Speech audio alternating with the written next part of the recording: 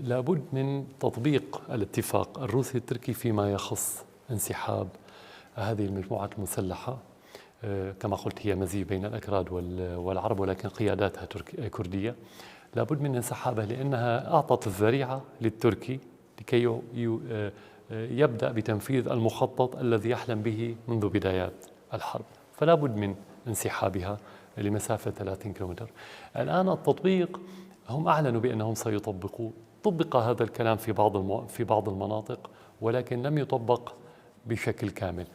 هذا متوقع، هذا النوع من الإجراءات لا يحصل فجأة ولا يحصل بسرعة، وليس بالضرورة أن يكون هناك سيطرة مركزية على كل المجموعات التي تقاتل في منطقة ما. أنت تعرف بأن الميليشيات تقاتل أحيانا بشكل فوضوي وتأخذ قراراتها بشكل فوضوي، فلذلك يطبق شيء في مكان ولا يطبق في مكان آخر.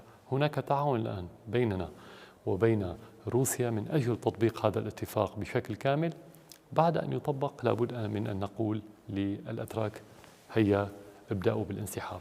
بالنسبة لانضمام هذه المجموعات إلى الجيش العربي السوري، نحن منذ بداية المصالحات في عام 2013 صرنا بمبدأ بأن كل من يسلم سلاحه يحصل على عفو كامل ويصبح مواطن كأي مواطن يمكن له أن ينضم إلى الجيش العربي السوري. وهذا الشيء حصل في أماكن كثيرة.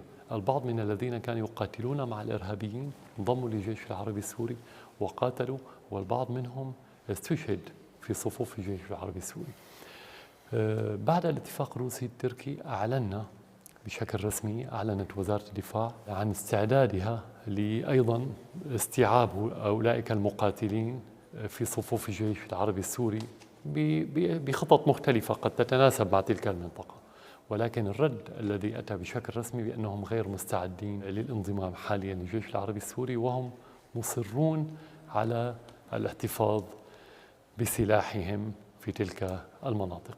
أيضا في إطار التعاون السوري الروسي نحن نعمل الآن على إقناع هؤلاء بأن الانضمام للجيش العربي السوري وقتال الغازي التركي ضمن صفوف الجيش العربي السوري هو المكان الصحيح والسليم لاستعادة الأراضي التي خسرها هؤلاء في شمال السوري. أيضا علينا أن نبقى نحاول لنرى خلال الأسابيع المقبلة كيف تسير الأمور.